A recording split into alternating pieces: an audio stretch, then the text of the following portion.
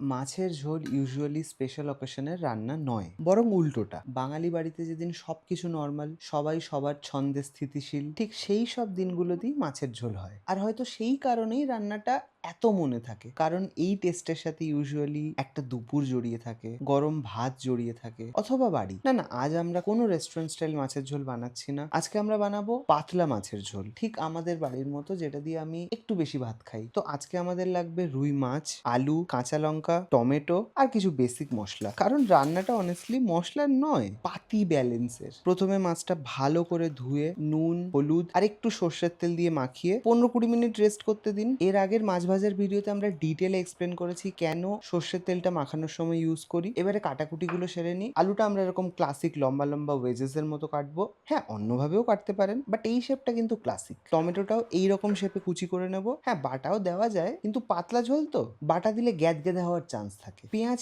একদম কম লাগবে, প্রেফারেবলি পোড়া। আগেন বাটা দিলে তরকারি বড় গ্যাদগ্যাদে হয়। কাঁচা লঙ্কাটা জাস্ট ছিঁড়ে নেব। এবার কড়াটা ভালো করে গরম করে সর্ষের তেল গরম হলে মাছগুলো।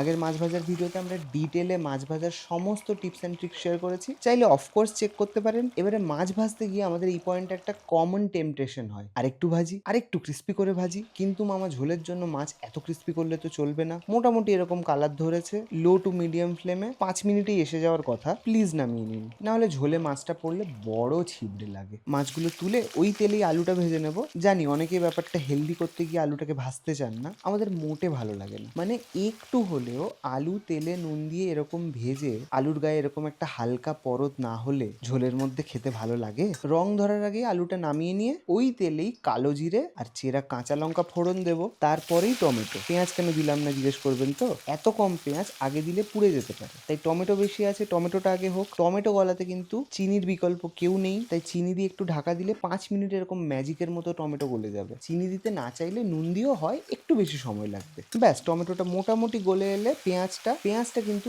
এর বেশি দেবেন না। আবার বলছি, পাতলা ঝোলের যে গরিমা, বেশি পেঁয়াজ কিন্তু তার ডেফিনেটলি খর্ব করতে পারে। পেঁয়াজটা ভাজা হোক, এদিকে চট করে মশলাটা গুলে নিই। কিছুই নেই, হলুদ, লঙ্কা গুঁড়ো আর জিরে গুঁড়ো। কড়ায় ডাইরেক্ট দিতে পারেন, আমরা এইভাবে প্রেফার করি। ব্যাপারটা খুব তাড়াতাড়ি রান্না হয়। পেঁয়াজের কাঁচা গন্ধ চলে গেলে মশলা গোলা জলটা ঠিক 1 মিনিট নাড়ুন, একটা মিষ্টি গন্ধ ছাড়া শুরু হবে। বুঝে যাবেন মশলা রেডি। আলুটা দিয়ে দিন, আলুটা আর 1 মিনিট ভাজুন, তারপর গরম জল।